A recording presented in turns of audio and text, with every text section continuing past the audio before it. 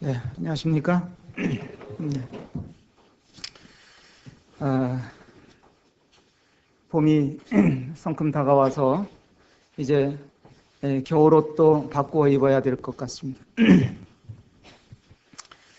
먼저 성경 요한복음 5장 17절 말씀 보겠습니다. 신약 성경 요한복음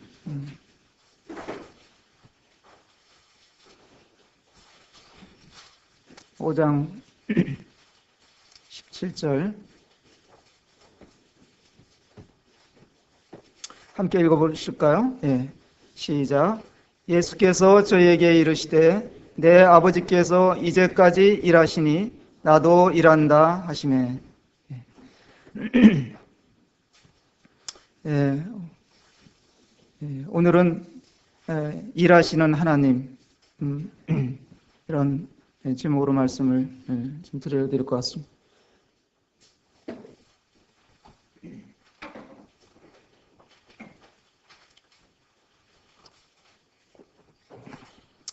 창세기 1장을 처음 열어보면 하나님이 우주 만물을 처음 창조하실 때 제일 먼저 만드신 것이 무엇이 나옵니까? 뭘 제일 먼저 만드셨어요? 빛을 만드셨죠. 그죠? 빛이 있으라. 이건 빛을 만드셨습니다. 그래서 어두움과 빛을 이렇게 나누시는 일을 하신 것을 볼 수가 있는데, 요한복음 1장을 또 가서 보시겠습니다. 요한복음 1장 1절에 보면 태초에 말씀이 계시니라. 이 말씀이 하나님과 함께 계셨으니 이 말씀은 곧 하나님이시니라. 그가 태초에 하나님과 함께 계셨고 만물이 그로 말미암아 지은 바 되었으니 지은 것이 하나도 그가 없이는 된 것이 없느니라. 그 안에 생명이 있었으니 이 생명은 사람들의 빛이라. 하나님이 처음 하신 일이 빛을 만드시는 일이었고, 또 창조주 하나님이신 예수 그리스도께서 세상에 오셨는데 그 주님을 일컬어서 빛이다 이렇게 말씀하시고 있습니다.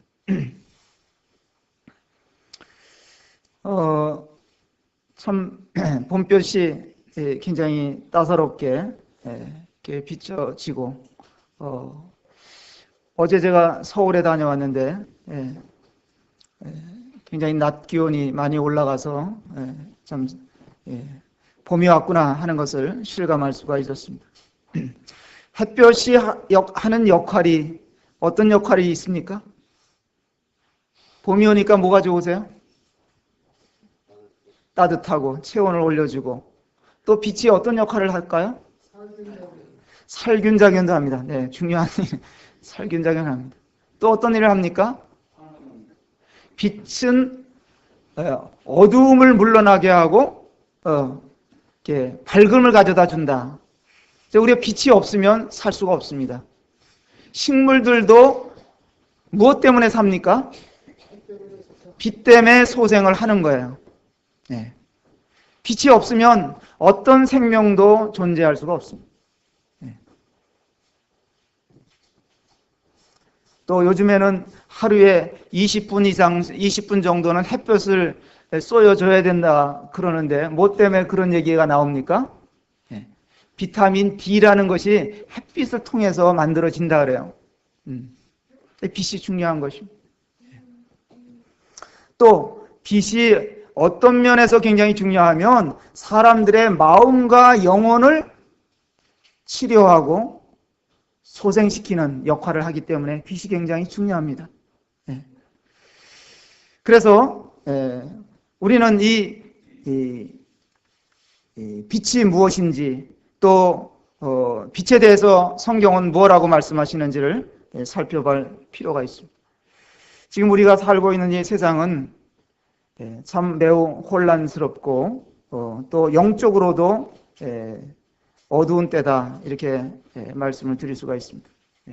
그래서 주님이 세상에 오셔서 빛으로 오셔서 이 세상을 밝히시려고 하실 때에 영적인 어두운 세상을 밝히시려고 할 때 제일 먼저 제자들을 부르셨어요. 제자들을 12명을 부르셨는데 그들에게 제일 처음에 무엇을 가르쳐 주셨느냐 하는 것을 생각하고 살펴볼 필요가 있습니다.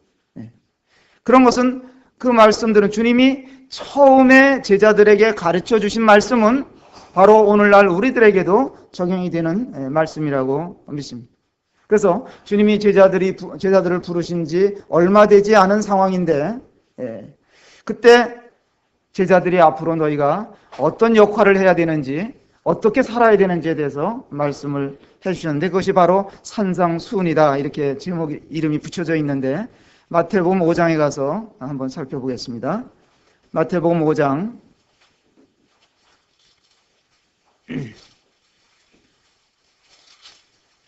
1절부터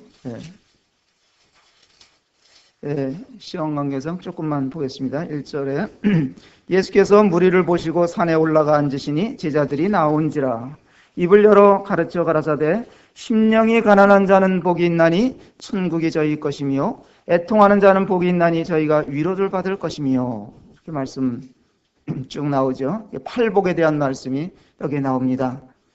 이 말씀은 구원에 대한 메시지도 아니고 세상 사람들을 향하여 하신 말씀도 아니죠. 이 말씀은 인생에 대한 인간들의 어떤 기대와는 완전히 다르게 그렇게 말씀하는 것을 볼 수가 있습니다. 3절에 보면 심령이 가난한 자는 복이 있다.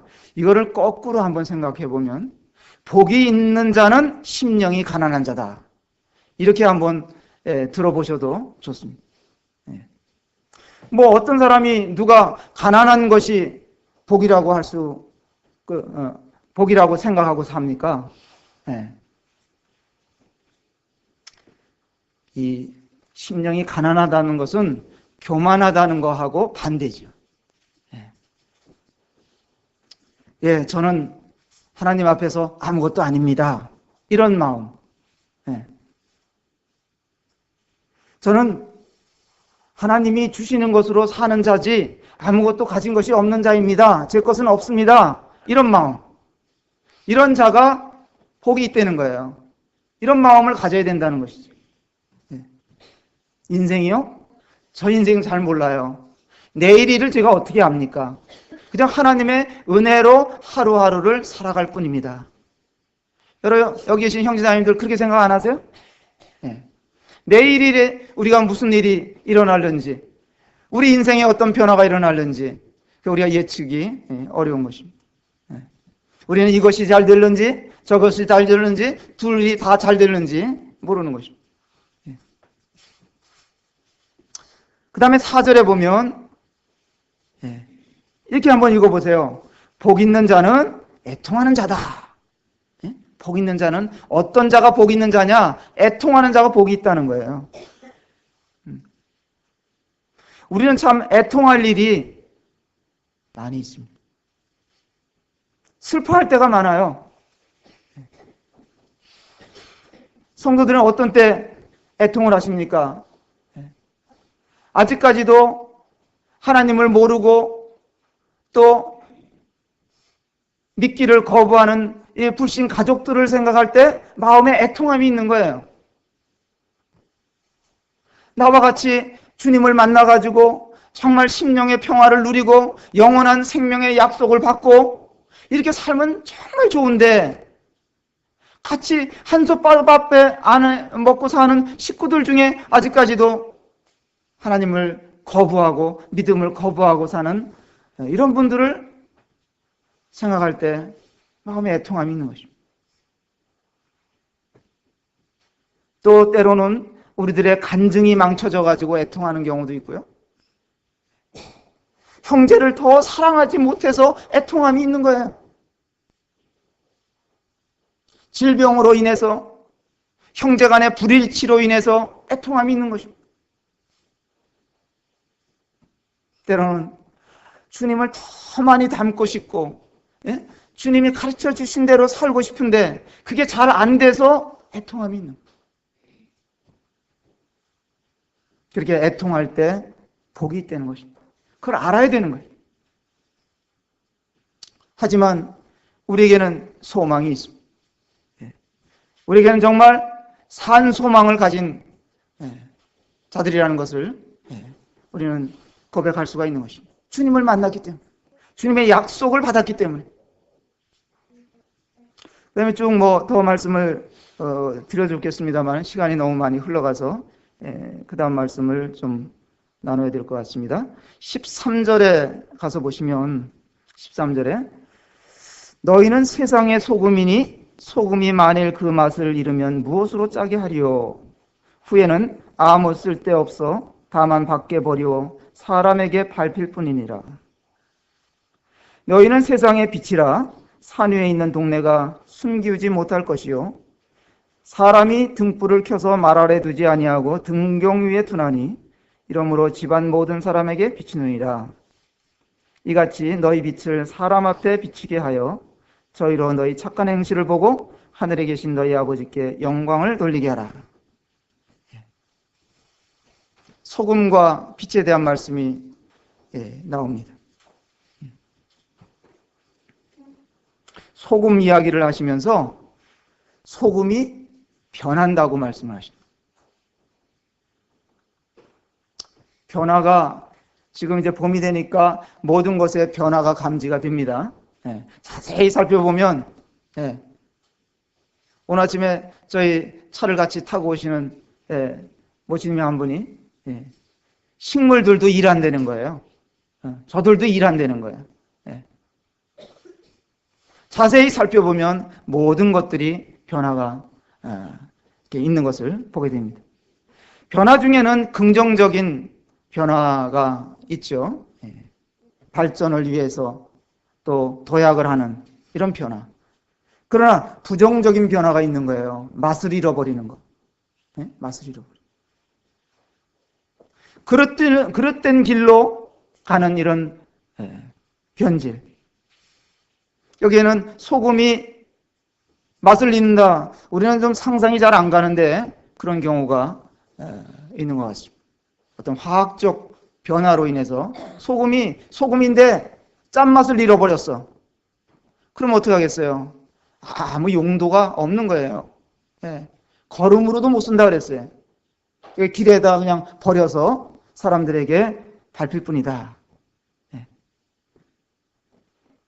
우리 그리스도인들이 자칫 잘못하면 그럴 가능성도 있는 것입니다. 지옥에 한번 믿은 사람은 지옥에 가는 일은 없겠지만 그러나 용도를 잃어버린 사람으로 남을 가능성도 있다는 것입니다. 내가 세상에 어떻게 비춰지는가? 관계 속에서, 사람들과의 관계 속에서 나는 어떤 역할을 하는가?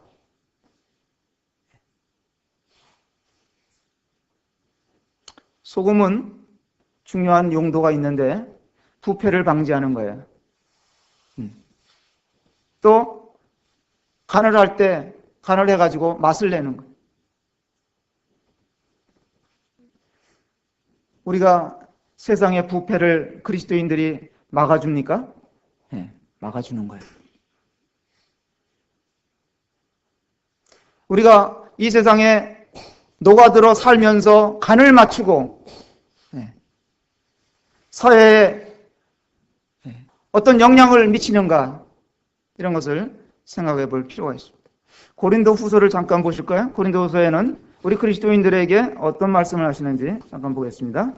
고린도 후서 2장인데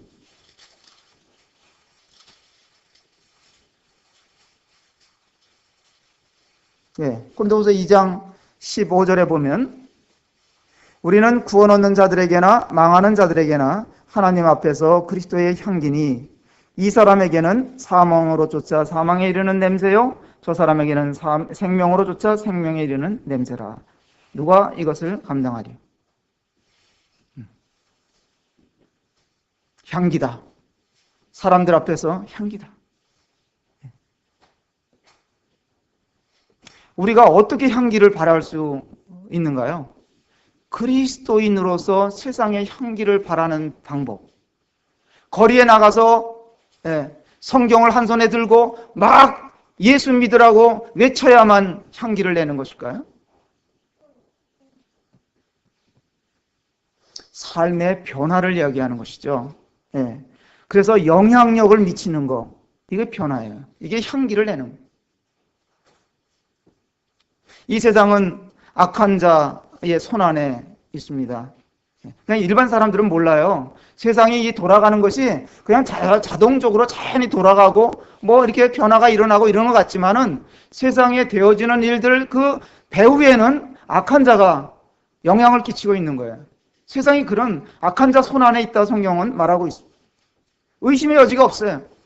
그러나 그래도 악한 자가 영향을 발휘하고 있지만 그나마 세상이 여러모로 타락이 되고 부패가 되어 있다 하더라도 그나마 세상이 유지되고 있는 것은 소금이 있기 때문에 세상에 하나님의 생명을 가진 그리스도인들이 요소요소에 있기 때문에 이것이 완전 부패에 이르지 않고 그나마 유지되어 간다. 그렇게 말씀드릴 수가 있습니다. 그렇기 때문에 형제자매님들, 여러분들 예수님 믿고 구원받으셨잖아요. 굉장히 중요한 역할을 하고 계신 거예요. 그 자체가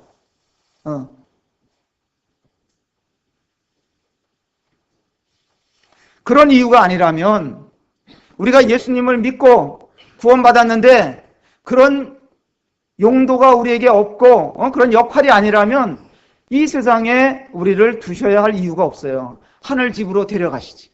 구원받자마자 데려가시지. 그러나 우리의 역할이 있기 때문에 세상에 두신 것입니다. 소금, 굉장히 중요하다고 말씀하셨어요. 너희는 소금이다, 세상에. 두 번째, 마태복음에 다시 돌아가서 보시면은 빛이라 그랬습니다. 14절에 너희는 세상의 빛이라. 세상은 점점 더 어두워지고 있습니다. 하나님보다는 사단에게 끌려 어둠으로 빨려 들어가고 있는데도 일반 사람들은 모르고 사는 거예요.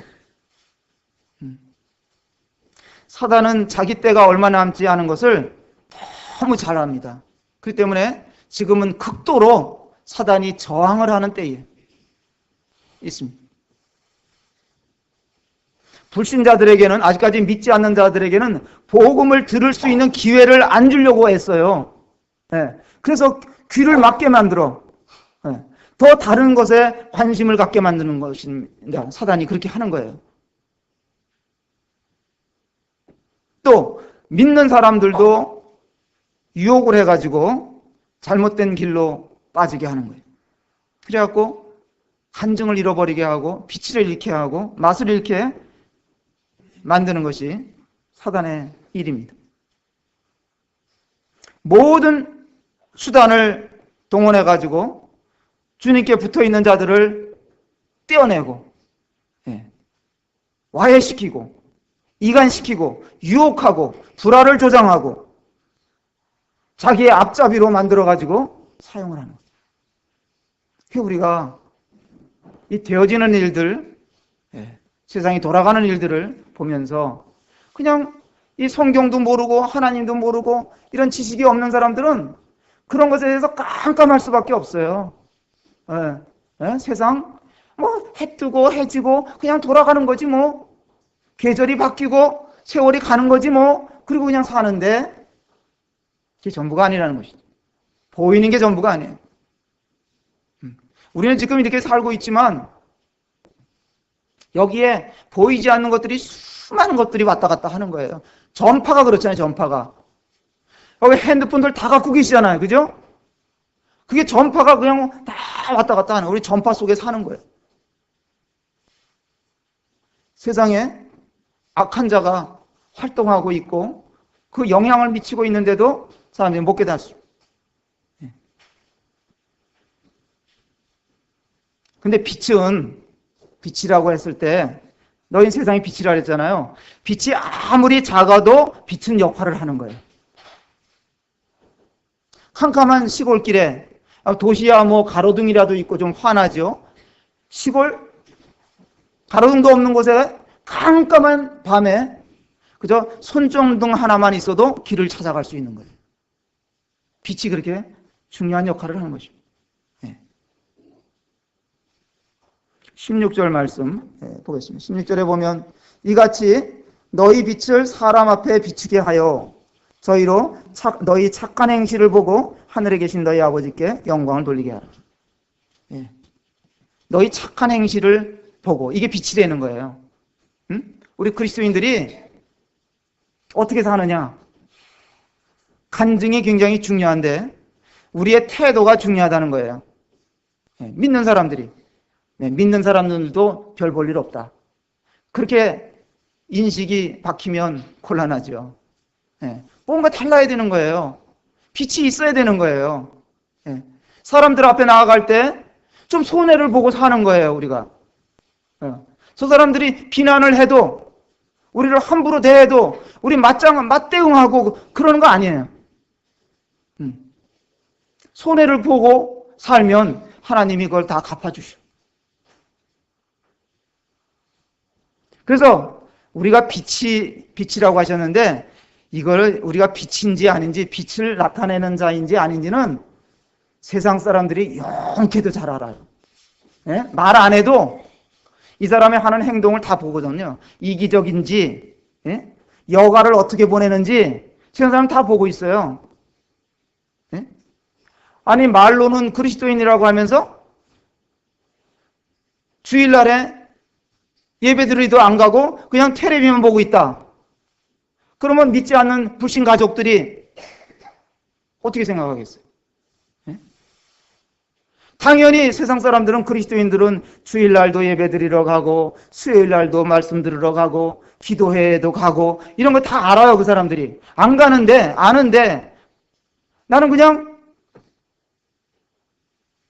내 편리한 대로 집에서 리모컨이나 쥐고 있고 소파에나 뒹굴르고 있고 엉뚱한 일에나 쫓아다니고 그런 것을 불신 가족들이 모르겠어요? 다 알아요. 그게 우리가 중요한 겁니다. 성경에 보면 데살로니가 교회 성도들이 말이죠, 놀라운 간증들을 나타내서 갖고 그들의 믿음의 소문이 아가야 지방에 다 퍼졌다. 그들이 변화된 거예요. 예수님을 믿고 복음을 듣고 변화됐어요. 마음에서부터 변화가 일어나가지고 삶이 바뀌었어요. 거기 장사하는 사람들이 있었는데 옆에 하고 막 경쟁하던 관계에 있었는데 예수님을 믿고 나니까 그 집 마당도 다 쓸어주는 거야. 변화가 됐어요. 그러니까 야, 그리스도인들은 저렇게 다르구나. 저렇게 바뀌었어. 그리고 간증이 나타나고 소문이 퍼지는 거예요.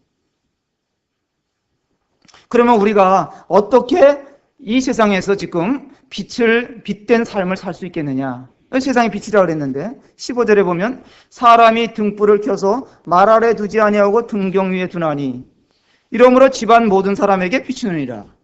우리의 간증이 집안에 믿지 않는 사람들에게 또 이웃에 나가서 다 비춰야 될 거 아닙니까?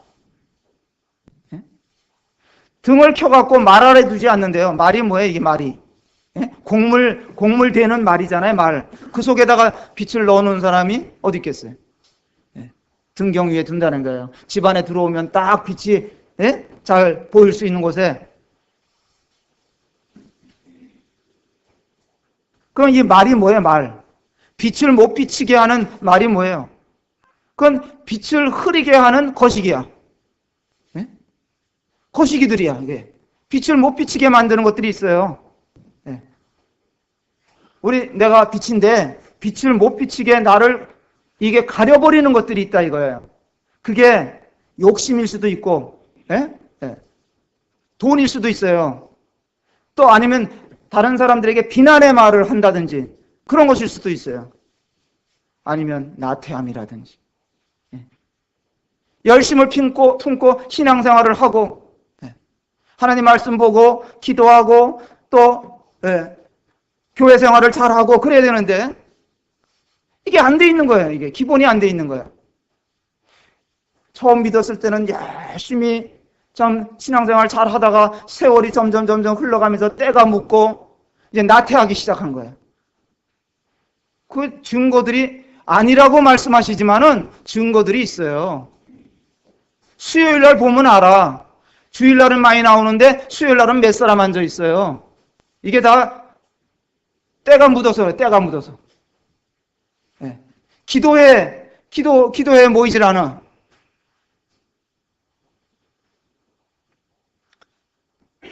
어떻게 빛된 삶을 살 수 있느냐? 담대함을 가지고 살아야 돼요. 여러 사람들이 모인 식당에 가서도 기도할 수 있어야 돼요. 네. 그냥 뭐 캐도르 신자들처럼 이것만 그으면 되는 거야? 그냥? 네. 감사기도 드려야지. 직장에서 뭐 동료들과 같이 사는데 어떤 사람이 막 예수님을 뭐 망령되이 말하고 좋지 않게 막 이게 평가하고 막 이런 말을 할 때도 의연하게 주님 편에 서서 주님을 나타내야 되는 거예요. 친절한 말, 네. 그런 것도 빛이잖아요. 네. 그리고 사람들 앞에 겸손함, 어린아이처럼 순전함, 남을 나보다 더 낮게 여기는 거, 이런 게 다 빛이에요. 이게 빛이에요. 예, 저는 어떤 자세로 살아야 되냐면 저는 그냥 막대기 같은 자입니다. 예, 주님이 나를 들어쓰시지 않으면 난 늘 그 자리에 있을 수밖에 없어요. 나로서는 할 수 있는 게 없어요. 저는 무익한 종입니다. 이런 자세.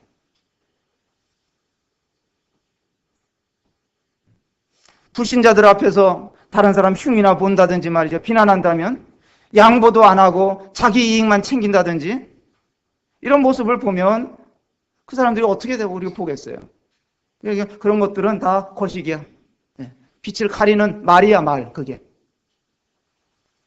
그런 데다 우리를 넣어두지 말고 등 경우에다 올려놓으라. 그 얘기입니다. 누가 우리의 언행을 제일 잘 보겠어요? 가장 가까이 있는 사람들이에요. 가족들이고 이웃들이고 직장 동료들이고 그렇습니다. 그래서 베드로전서 3장 1절에 보면 말이죠. 아내된 자들아 자기 남편에게 순복하라 그랬어요. 왜? 혹 도를 순종치 않는 자라도 말로 아니고 그 아내의 행위로 말미암아 구원을 얻게 된다. 그렇게 말씀하고 있는 거예요. 말은 백날해야 소용이 없어. 예. 자기가 부서지지 않으면 빛을 발할 수가 없죠. 예? 우리 구약에서 한 예를 하나 볼까요?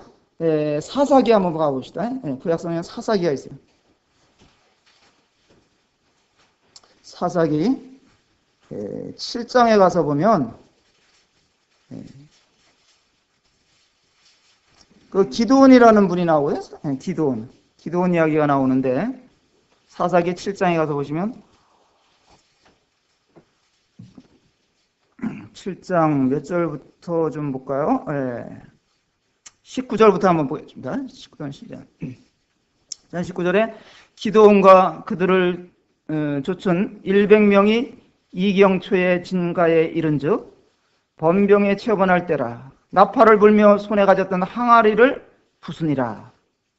세대가 나팔을 불며 항아리를 부수고 좌수의 횃불을 들고 우수의 나팔을 들어 불며 외쳐 가로되 여호와와 기드온의 칼이여 하고 각기 당처에 서서 그 진을 사면으로 에워싸매 온 적군이 다름질하고 부르짖으며 도망하였는데 300명이 나팔을 불 때에 여호와께서 그 온 적군으로 동물끼리 칼날로 치게 하심으로 적군이 도망하여 스레라의 벳 시다에 이르고 또 닷밭에 가까운 뭐 이렇게 나옵니다. 여기 위기에 처한 이스라엘을 구원하는 이야기가 나옵니다.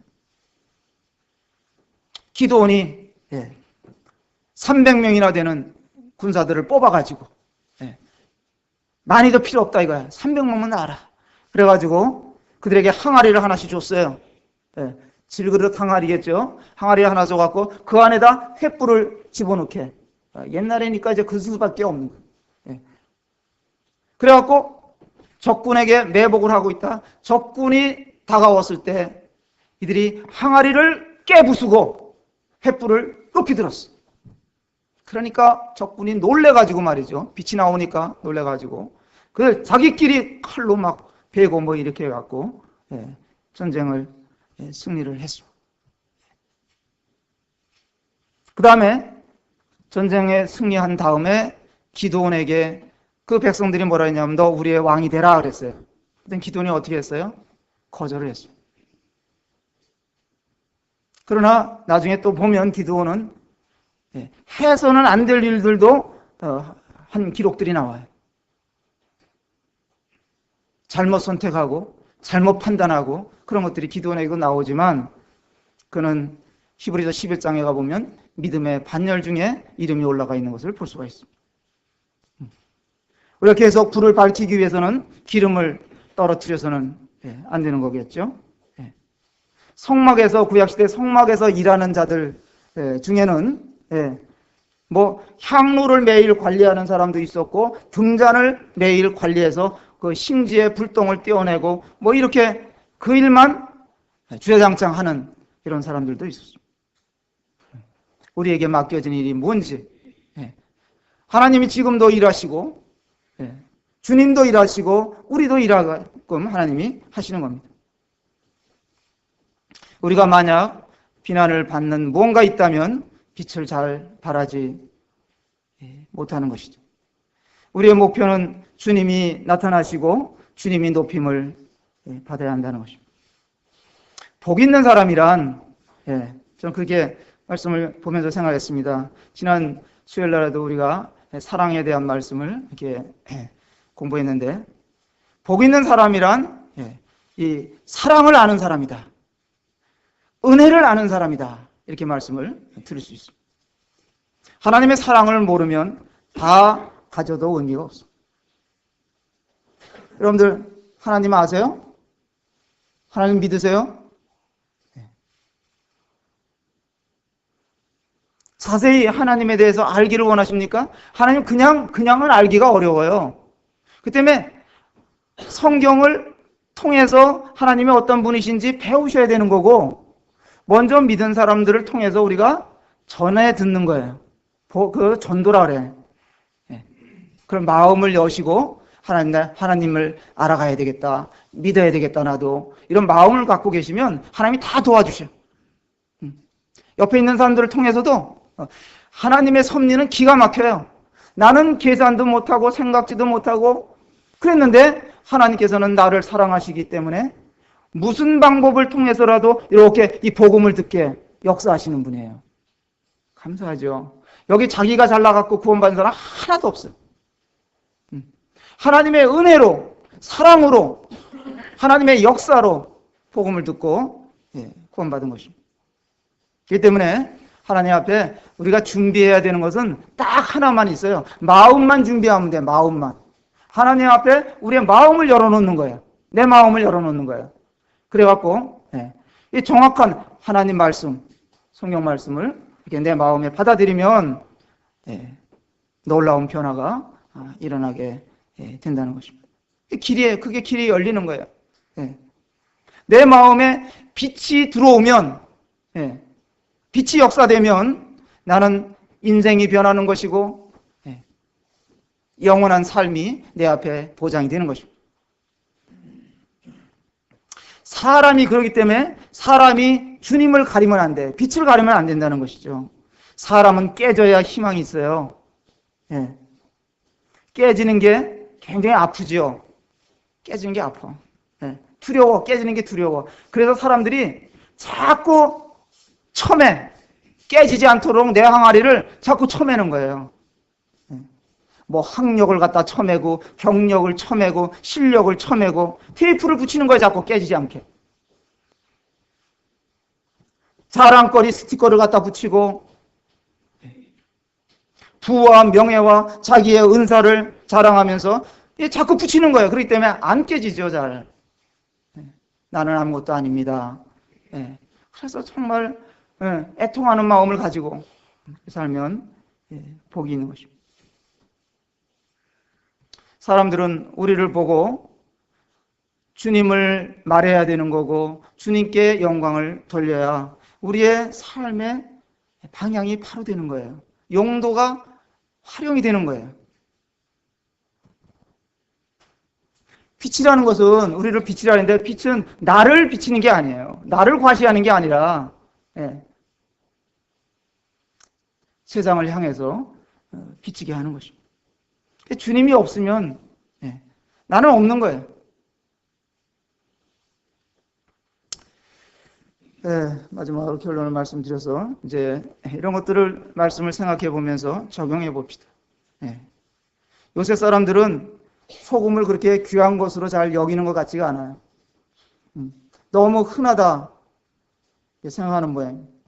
그러나 소금이 없이는 우리가 살 수가 없어요. 소금은 정말 중요한 거예요. 여러분들이 다 소금이라고 하셨으니까, 주님이 소금이 되라고 말씀하셨으니까, 소금이 되었다면 소금은 적당한 곳에 있어야 돼요. 우리 속담에 그런 말이 있어요. 부뚜막에 소금도 뭐라 그랬어요? 잘하시잖아요. 집어넣어야. 아무리 소금이 여기 놓여 있으면 그걸 쓰지 않으면, 사용이 되지 않으면 의미가 없잖아요. 그러니까 여러분들이 일주일을 또 생활하시면서 나는 어디에 사용이 돼야 되나, 무슨 일에 내 자신을 드려야 되나. 그러니까 소금이라는 것은 조금만 넣어도 맛을 내는 거예요. 여러분들의 삶의 헌신은 조금만 치면 되는 거예요. 또 빛이라고 하셨잖아요. 빛은 아주 작아도 중요한 거예요. 작은 빛이라도. 어두운 곳에서는 작은 빛도 유용한 것입니다. 내가 큰 빛이 아니라고 기죽지 마시고 어딘가 비추는 역할을 이렇게 하시게 되길 바랍니다. 어디다 내가 뭘 비출까 찾아보세요. 여기까지 말씀을 드리고 기도하겠습니다. 아버지 하나님, 저희같이 사실은 무익하게 돼버린, 죄로 인해서 망가진 이런 인생을 새롭게 하셔서 우리를 소금과 빛이 되게 해주셔서 감사를 드립니다. 우리가 세상에 맛을 내는데 우리 자신들이 소용되어지기를 간절히 원하옵고, 또 어두운 곳이 참 세상에 많은데 이런 어두운데 빛을 비추는 빛으로 우리의 삶의 역할을 허락해 주시는 것 감사를 드리옵고, 우리가 한 주간을 지나는 동안도 이런 것을 생각하면서 어디에다 빛을 비출 것인가 찾아내고 또 삶에 적응해 갈 수 있도록 도와주시기를 간절히 원합니다. 도우시는 은혜에 감사드리옵고 우리 예수님의 이름으로 감사하며 기도합니다. 아멘.